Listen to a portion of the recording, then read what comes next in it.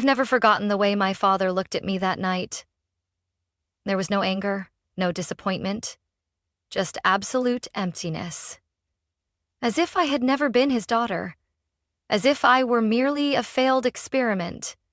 But to truly understand that moment, you'd have to come back with me to the years when I believed love within a family was something you could count on.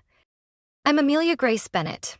I grew up in the suburbs of Chandler, Arizona, a sun-drenched, orderly place where lawns were trimmed like military routines and the school bus horn echoed at exactly 7 a.m. like some sacred ritual for starting a perfectly structured life.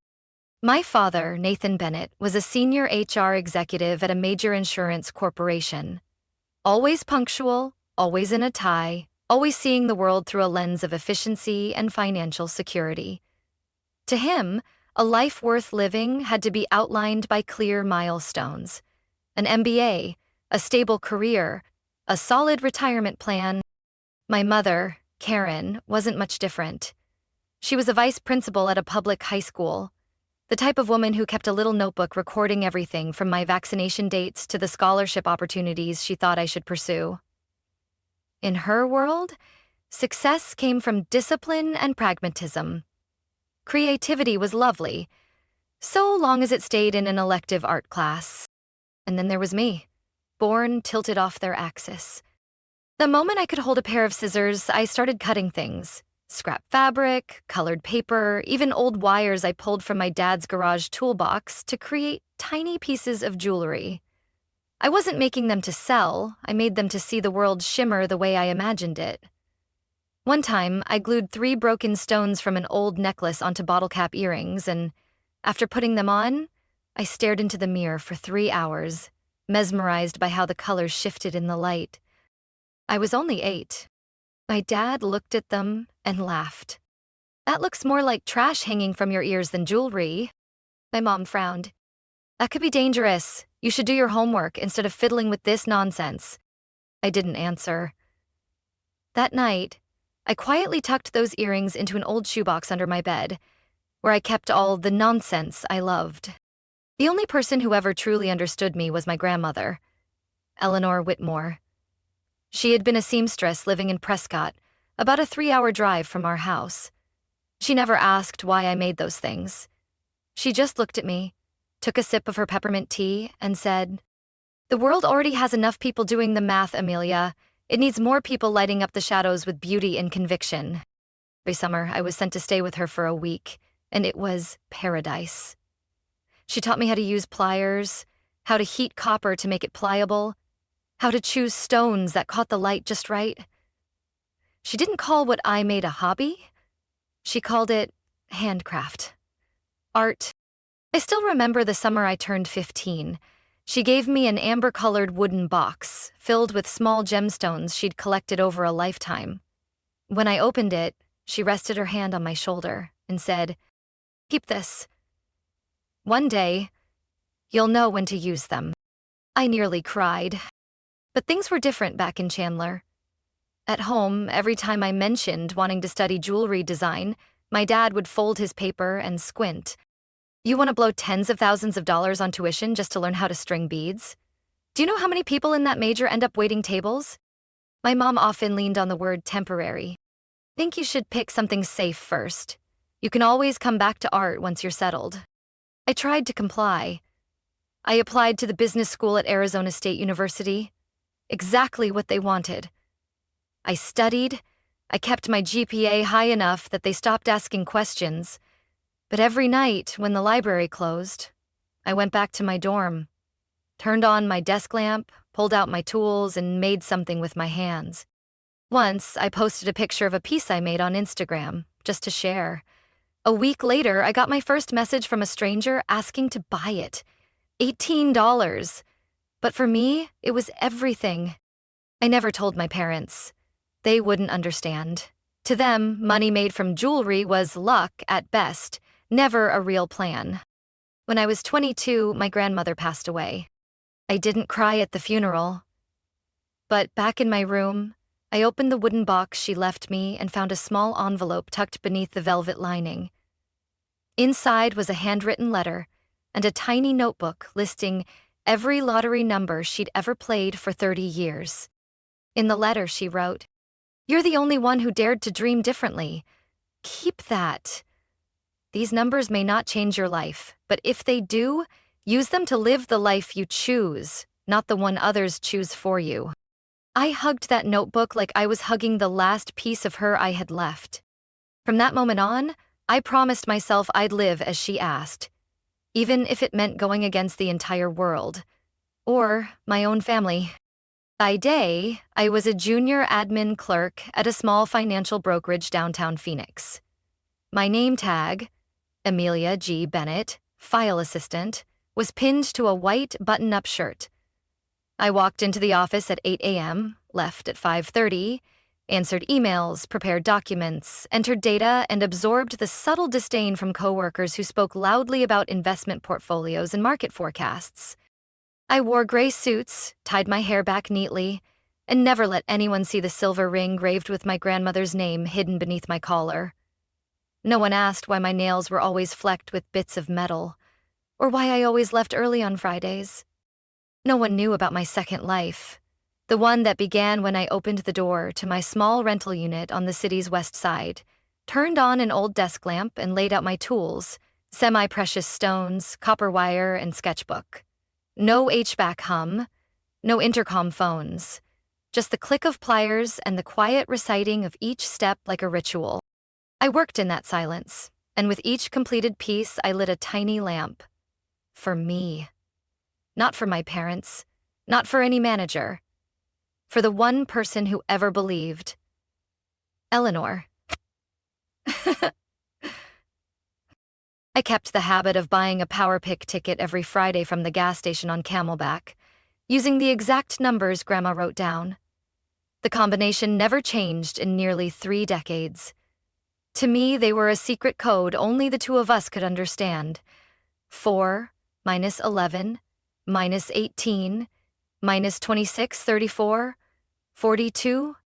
I told myself, I don't need to win, I just need to keep the promise. Some nights, I stayed up until 2 a.m. finishing orders and sending confirmation emails. I never told anyone I was selling on Etsy under the shop name Eleonora and Stones. From one test sale, I grew to over 50 orders in 6 months. Customers started messaging me for custom designs. Many left reviews with photos. A small boutique in Tempe even reached out for collaboration. But it all remained a quiet world. I had never crossed the line between stable job and what makes my heart race. Each night, I asked myself, if Grandma were here, would she say, "Is it time yet?" I once wrote a number on a sticky note, $3,000. That was what I hoped to save to take 3 months off and see if jewelry could actually sustain me. But every month came unexpected expenses, car repairs, higher bills, coworkers quitting that left me too guilty to request time off. Anytime I tried to share something with my mom, she'd circle back to, "Have you thought about getting your MBA like your father? It could really open doors." I'd say simply, "I think I'm fine where I am." She'd sigh, stir her coffee slowly. "Don't waste any more time, Amelia. Youth doesn't wait for anyone." My dad only called occasionally, mostly to remind me to check my retirement savings portfolio or to suggest an opening at a friend's firm in Dallas. Neither of them knew I had quietly started funneling part of my paycheck into a secondary account named Stone Plan.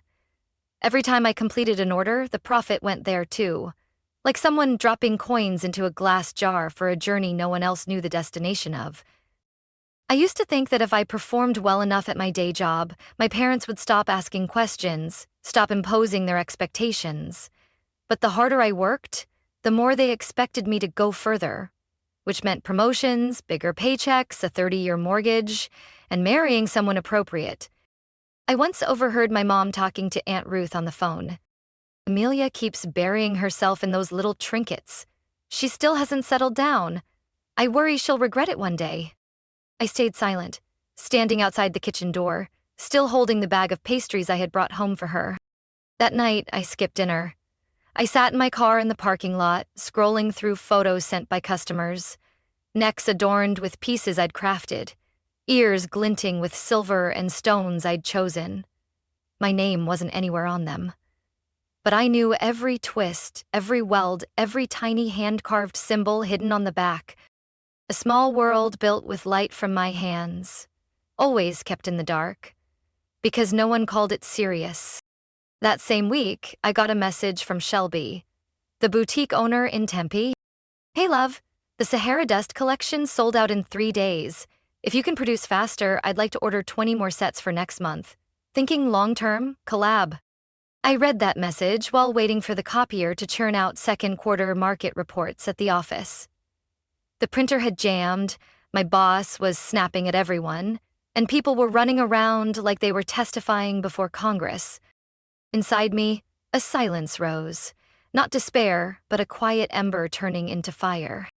I replied to Shelby, "I'll send over a detailed quote tonight. Thank you for trusting me." And then a line to myself. Just one more step. I didn't know what that step would be, but I could feel it drawing closer, like Grandma Eleanor was somewhere nearby, quietly nodding. On Tuesday night, the air inside the house was thick, as if even the oxygen was holding its breath for what was about to unfold. I didn't choose this moment because I wanted to. I chose it because I couldn't delay it any longer. I hadn't slept in 3 weeks. My dreams kept cutting off at the sound of my alarm at 6 a.m., and my mother's watchful eyes every time I poured coffee in the kitchen. As my dad folded the Wall Street Journal, I took a deep breath. I'm leaving my job at Crosswell Financial at the end of the month to focus on building my jewelry brand, Eleonora and Stones. The words came out firmer than I expected. In my head, I had rehearsed that sentence more than 30 times throughout the day. My mom placed her fork down on the plate like it had just scalded her. "Amelia, what are you saying?" My dad sat up straighter, hands clasped under his chin. "You think you can live off selling necklaces online? You have a stable job, great health insurance, a growing retirement fund." "I'm not throwing everything away. I have a plan. Revenue is growing. I've got a retail partner." My mother frowned, her eyes icy. "How much?" "Last month, I made $1,700 in profit. But I have more orders waiting. I've just been short on time." My father stood up, pushing his chair back. $1,700? That's barely enough for gas. This isn't a plan, it's a fantasy. I opened my work bag and pulled out the folder I had prepared, containing profit trackers, a product development roadmap, and the partnership proposal from the boutique in Tempe. These are the numbers. I didn't come to this decision on a whim. I've calculated everything. My dad flipped through a few pages, then tossed the folder onto the table. "A Word document doesn't make you an entrepreneur. If you want to go bankrupt, don't drag us down with you." Before I could speak, my mom quietly left the room. When I got to my bedroom, my chest was still tight. I opened my laptop to check on new orders, but something felt off in the room. My order logbook, the one I always kept in the bottom drawer, was gone. I opened the closet. Some boxes containing materials and sorted stones had been disturbed. I tore through my desk drawers. There it was.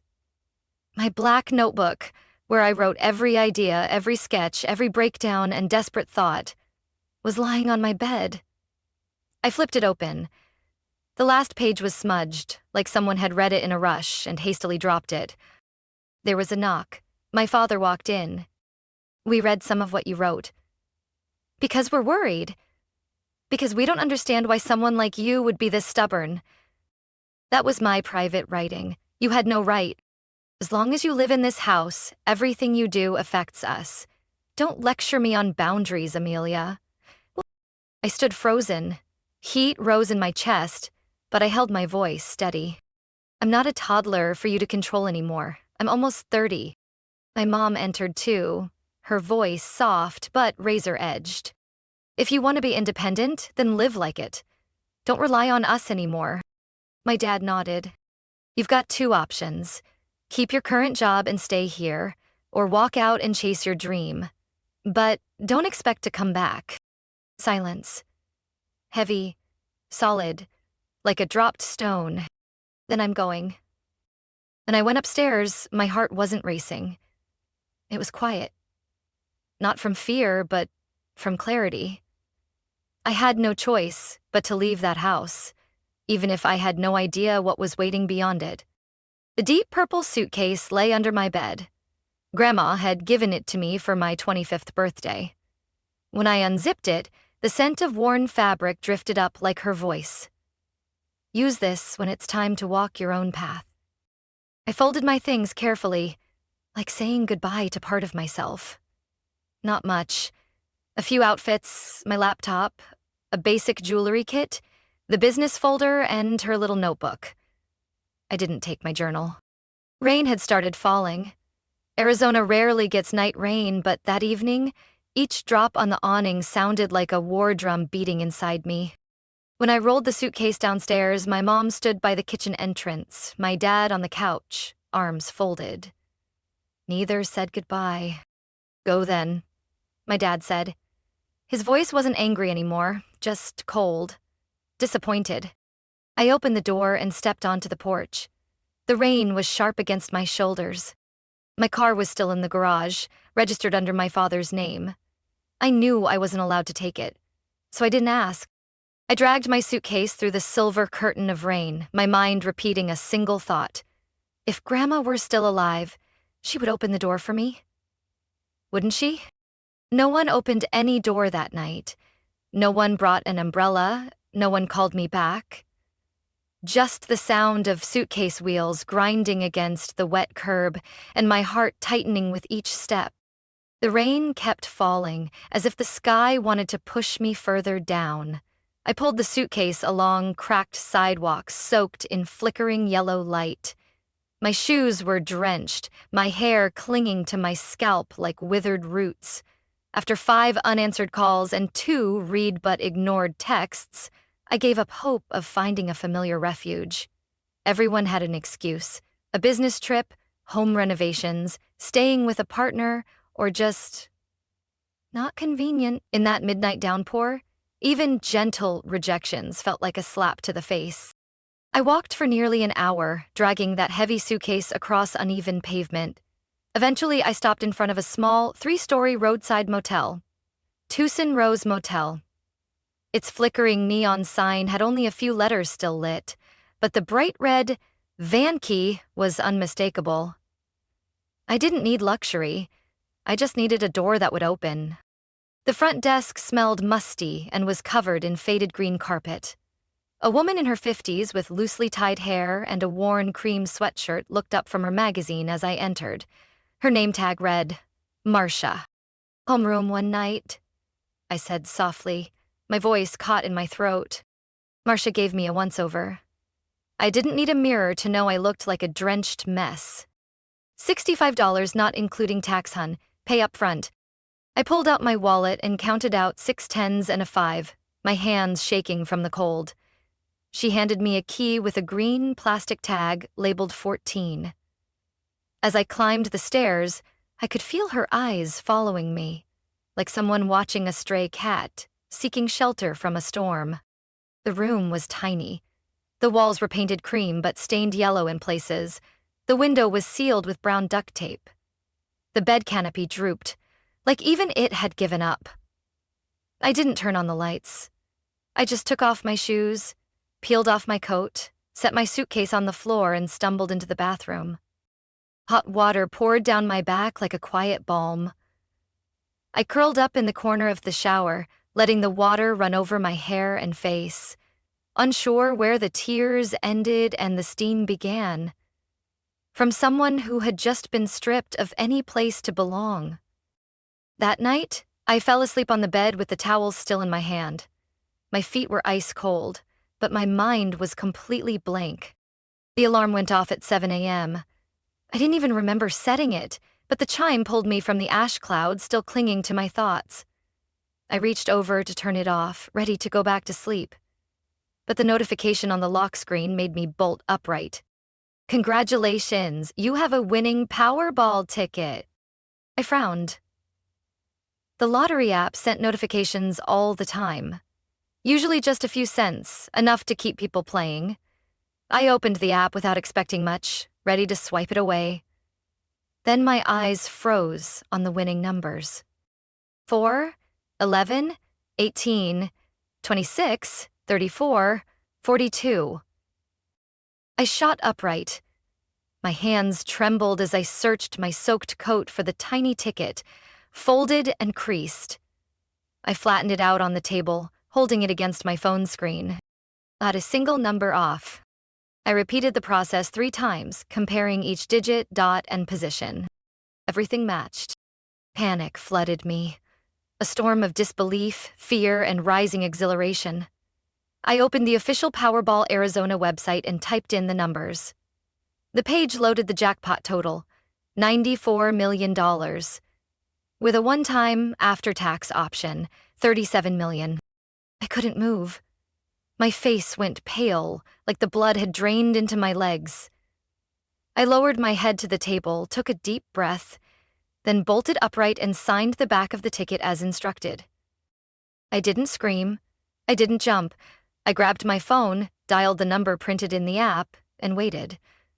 When someone answered, a calm female voice said, "Hello, Arizona Lottery Center, how may I assist you?" My voice cracked. I think I won the jackpot. I'd like to verify. This is Amelia Bennett. After verifying the ticket ID, barcode, and personal info, the line went silent for a few seconds. My heart stopped. Then she spoke. "Congratulations, Ms. Bennett. Your ticket matches the winning jackpot numbers. You've won a total prize of $94 million.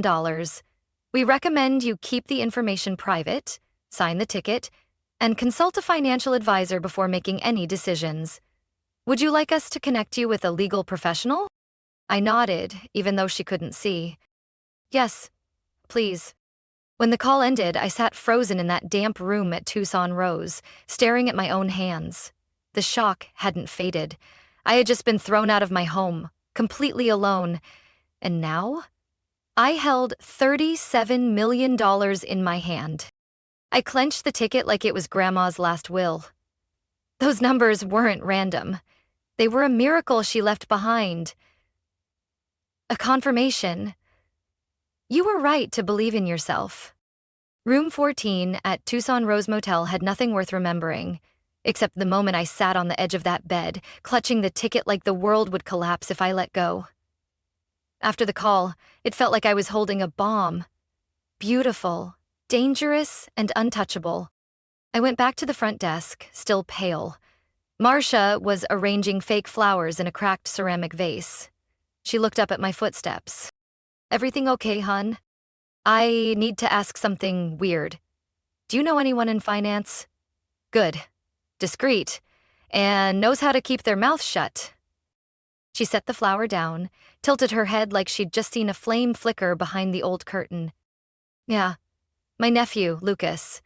Tax planner, estate advisor. Works for a small firm in Scottsdale. Handled a few lottery cases before. Quiet guy. Not greedy." I nodded. "I need to meet him, as soon as possible." 36 hours later, I stepped into Lucas Park's office on the second floor of a terracotta building tucked behind a row of Palo Verde trees. He greeted me with a firm handshake and a sharp gaze behind rimless glasses. I didn't have to say much. I just opened my bag, pulled out the folded ticket, and handed over a copy of the official prize letter. Lucas didn't flinch. He examined everything, then opened a drawer and pulled out a black folder. "If you want to remain anonymous, I recommend establishing a blind trust under a neutral name. That way, all funds can be received, invested, and distributed legally while avoiding public attention and family drama." I nodded immediately. "Is it Whispering Stone Holdings?" Lucas smiled. "Poetic but solid. I like it." Within a week, the trust was formed, accounts were opened, legal documents signed, and everything finalized. I took the lump sum payout. After taxes, it came out to nearly $37 million. That number on the first bank statement was the only thing that made me cry out of fear. Lucas rested a gentle hand on the file. "Money doesn't make a person better. It just amplifies what's already there. The question is, what do you want to amplify?" I decided to leave Tucson right after all the paperwork was done. But before I left, I went back to the front desk. Marcia was staring at a spreadsheet filled with red numbers. Her eyes were puffy. There was something tired and resigned etched into her brow. "I want to ask you something." I hesitated, then asked, "How much do you and Donald still owe the bank?" Marcia looked startled. "What the?" "I just want to know the amount needed to stop the motel from getting foreclosed." "Around 220,000, but why are you—" I pulled out a pen and wrote a number on a sticky note. "I've asked my lawyer to wire that amount from the Whispering Stone Trust. It's listed as a renovation grant for lodging businesses. No one can trace it back." Marcia looked at me like I had turned into someone else. Her voice came out hoarse. "Did you win the lottery?" I nodded slightly. "But please, don't tell anyone.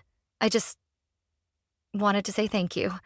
No one else opened the door for me in the middle of that storm. 3 weeks later, I received the keys to a new apartment in a quiet neighborhood on the southern edge of Phoenix. Nothing flashy. 2 bedrooms, a loft, big glass windows looking out at a row of orange trees. I paid the entire year's rent up front using a small portion of a secondary account, one without my name on it. The place was empty, but it felt free. I set my purple suitcase right in the middle of the living room and opened it, not to take out clothes, but to pull out my jewelry-making tools. The smell of worn leather, metal, and the wooden box my grandmother once gave me filled the space. That day, I didn't buy anything luxurious. I just stopped by Home Depot and picked up a work table, a specialty lamp, and a soft cushioned chair. That night, I built a tiny craft studio by the window, where the evening sunlight sliced through the wall like slivers of gold. The first piece I made was a necklace of deep blue topaz, strung on a thin silver chain with 4 hand-carved words. "Still standing, tall, tall." I didn't take a picture, didn't post it anywhere. I just hung it on the wall as a reminder, falling doesn't mean the end, unless you choose not to get up. A few weeks later, I reached out to the boutique in Tempe. Shelby, the owner, couldn't hide her surprise when I agreed to go full-time. "I'm ready now, Shelby. But every order will go through my new brand, Eleonora's Lineage. I want to start this the right way." She agreed immediately, and even offered a dedicated display section just for my brand. Each night, I still lit the small candle near my work table, the kind my grandmother used, faint lavender and cinnamon drifting through the air. I brewed chamomile tea, played jazz, and carved stones like my heartbeat ran through my hands. No one called, no messages from my parents or from Timothy, but I didn't expect them to. Now all the questions were gone. There was just one woman, one room, one tiny workshop, and over 37 million reasons to believe that the very things others deemed foolish sometimes are exactly what saves us. On Friday afternoon, I stopped by the little coffee shop on the corner of Jefferson like I always did. Carlton's Cafe, where the coffee was always bitter in the best way, and no one cared who you were. I had just picked up my latte when I heard a voice behind me, hesitant. "Amelia?" I turned. Timothy, standing there with an espresso in hand, eyes wide like he'd just seen a ghost. "Tim, been a while." He gave a nervous smile and walked up slowly. His face hadn't changed, except for a new uncertainty that never existed back at the family dinner table. "I tried to reach you, your old number doesn't work. Emails bounced back. Were you hoping to ask if I was still alive out here?" My question was light, but it cut deep enough. He looked down, rubbing his hands around the cup like trying to stir up the right words. "And I heard you're doing pretty well." News travels fast. Timothy looked up, his wide brown eyes flickering with something close to guilt. "Mom wants to call you. She's truly sorry. Dad too, though he's terrible at showing it." I leaned my chin on my hand, not breaking eye contact with the face trying so hard to stay composed. "You say sorry, but what makes them think they have the right to say that now?" All 3 of you stood there, watching me walk out into the rain. Not one word, not one hand reaching out. You all read my journal. You were there, and you stayed silent. Timothy swallowed hard. At the time, I thought they were right. I didn't understand why you'd leave a stable job for some Etsy shop. I gave a soft, dry laugh. "And now I think You knew exactly what you were doing. Still not enough. I waited. Timothy leaned back in his seat, like surrendering control of the conversation. I'm sorry. Not for the business thing. For not standing by you when you needed it. I was a coward. I just wanted to keep the peace, like always. Silence. Then I nodded. All right, Tim. I don't hate you. But from now on, everything between me and our parents follows a new set of rules. If they want to see me, fine. But I have 3 conditions. I held up 3 fingers. 1. No one asks about my income, bank accounts, or any personal financial matters. Timothy nodded silently. 2. They must respect my passion as a serious career. No more calling it handmade trinkets, those little wires, or a hobby. Got it. 3. They must acknowledge what they did to me was wrong. Not a misunderstanding, not strict out of love, just wrong. For insulting me, for kicking their daughter out into the rain, for reading the private thoughts of their own blood. Timothy nodded slowly. I'll tell them. Do you want to see them? I raised an eyebrow. I do. Sunday evening. I'll cook dinner at my new place. You bring them, but make sure they know. They're not walking into that house to pity me or justify anything. They're coming to listen. That Sunday night, I stood by the stove, flipping steak in a cast-iron skillet. The kitchen glowed with warm yellow light, rosemary and garlic curling into every corner. No housekeeper, no private chef. I made every dish myself. The same way I craft jewelry, every detail intentional. The doorbell rang at exactly 7 p.m. I opened the door. Dad wore a pale blue button-down. Mom carried a classic leather purse. Timothy stood behind them, hands shoved in his pockets, glancing around the apartment like he was quietly pricing every piece of furniture. Mom hesitated. Amelia, are you all right? Better than ever. I invited them in.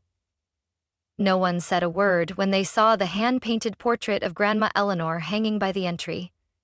Her gentle face framed in walnut wood, eyes that seemed to see right through them.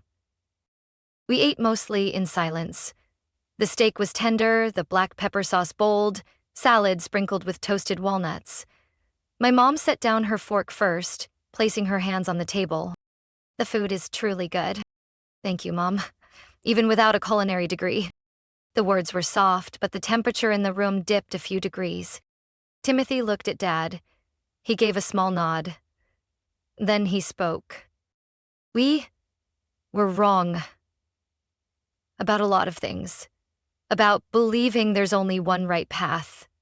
About hurting you, then justifying it as parental love. I didn't respond right away. I stood quietly and brought out a small box, opening the lid. Inside was a silver bracelet, Eleanor's name engraved on the inside, with 3 small emerald stones carved to represent the 3 conditions I'd set. This is a new design. I'll be producing it made to order. But this is the very first one. I want you to have it. My mother held the bracelet, her eyes reddening slightly. Can you forgive us? I took a sip of wine. Not about forgiveness. It's about resetting boundaries. I won't forget what happened, but I'm willing to rebuild. If everyone else is ready to build with bricks, not facades. The dinner ended quietly. No hugs, no dramatic promises. But as they stepped out, my father turned back, looked me straight in the eye, and said slowly, Even if it's late, I'm truly proud of you. I smiled gently. You can start by stopping by my new studio. The hand-carved wooden sign was mounted that Monday morning, before the sun climbed over the old storefronts along Roosevelt Avenue. Gold-etched letters read, Margaret's Legacy. I stood on the sidewalk, coffee still warm in my hand, my chest tight. Not with fear, but with something closer to awe. The shop sat in a space I used to imagine when I was crafting jewelry in a kitchen corner. 2 stories, red brick walls, chipped in places, oak flooring. The ground floor was for showcasing collections. Upstairs, the workshop. I worked there with a newly hired team of artists. Kira, a self-taught leather carver from Ohio. Lena, a Guatemalan-born student who dropped out after her family rejected her dreams of art. And Bryce, a middle-aged man who once lived on the streets, now a silversmith so talented people stopped in their tracks to watch him shape stone. I didn't choose them for flawless skills, but for the fire in their eyes when they touched raw materials. The same look Grandma Eleanor gave me the first time I bent copper into a heart shape. That Saturday afternoon, we held our first mini exhibit. No spotlights, no champagne, just soft sunlight streaming through the big windows, catching the edge of a moonstone pendant. Over 80 people came. Many didn't buy anything, but all of them asked questions. Who made these earrings? I did, Lena replied, hands trembling just a bit. The customer smiled, nodding like she'd touched something honest. I stood in the back, needing no one to recognize the owner. I only watched that quiet moment of connection between a maker's hands and a viewer's heart. 3 weeks later, I met Haley, a young journalist from Southwest Creative Review. She wanted to write about Margaret's legacy, not for money, but because she was curious. You that anonymous lottery winner everyone whispers about? I didn't confirm, didn't deny. I just handed her a photo of my grandmother, smiling, wearing earrings I made from shirt buttons and copper wire at 12. The real story is in here. The article ran with the headline, "Trust Passed Down, From Buttons to Legacy." Within 48 hours, the store's website crashed. People came not just to shop, but to tell their stories. About dismissed dreams, about being called silly, about the first handmade thing they created and were laughed at for. I knew exactly what needed to happen next. The following month, I officially established the Eleanor Bennett Foundation, seeded with $2 million, drawn from a Whispering Stone Holdings account. The foundation's sole mission: to fund young artists who lack family support, financial means, or face personal barriers. No complicated boards. Just one handwritten letter explaining why they still create, even in the dark. The first order I received came from a 19-year-old girl in Flagstaff, forced by her parents to study accounting even though she loved sculpting. In her letter, she wrote, "I could carve stone with a fruit knife if I had to, but if someone gave me a file and believed in me, I'd carve the most beautiful thing you've ever seen." We sent her a full toolkit along with a small scholarship for 6 months. Every time I gave something, I included a handwritten card with a quote from my grandmother. "Beauty is not meant to persuade, but to exist." I still work every day. No personal assistant, no sitting behind a director's desk. Each morning, I check inventory with Kira, select stones with Lena, then brew coffee for the team as part of our rhythm. One afternoon, Bryce approached me with a silver ring he had just finished, set with fire opal and engraved with a phoenix flying upward. "It's called Forged from Ashes. Not just about you, but about all of us." I took it, speechless, not because of its beauty, but because of the meaning that went beyond technique. I slipped it onto my ring finger, as a silent vow. I didn't need a wedding ring to be bound to anyone. I was already bound to the path I had cleared with my own hands. A year after the store opened, we held our first traveling exhibition, bringing the collection to Santa Fe, then Denver, then Portland. At each stop, I chose a local artist to join, not famous, but all carrying stories.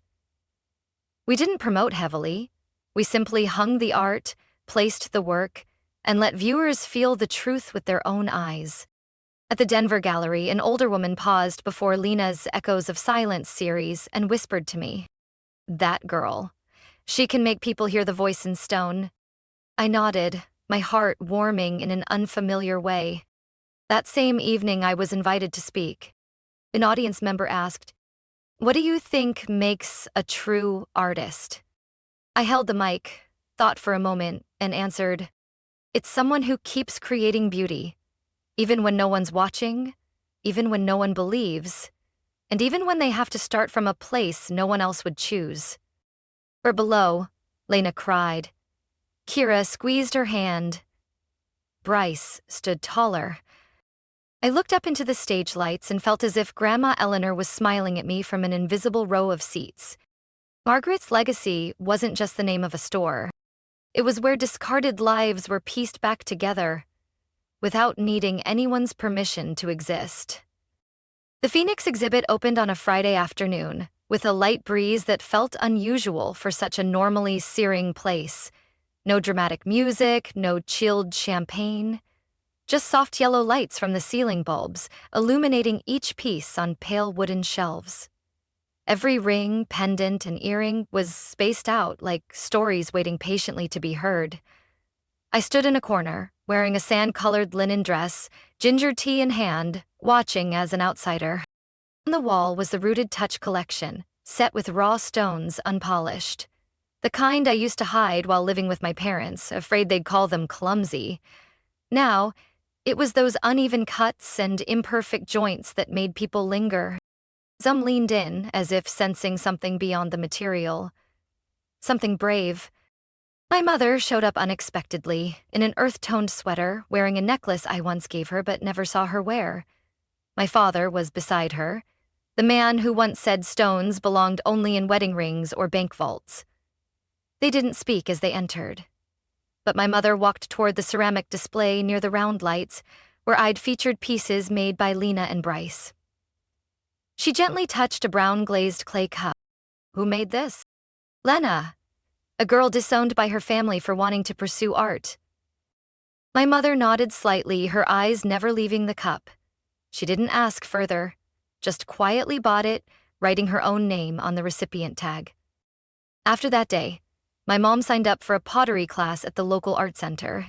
During the first week, she called me, voice full of excitement. My hands are aching. But sweetheart, shaping something out of clay, it's strange.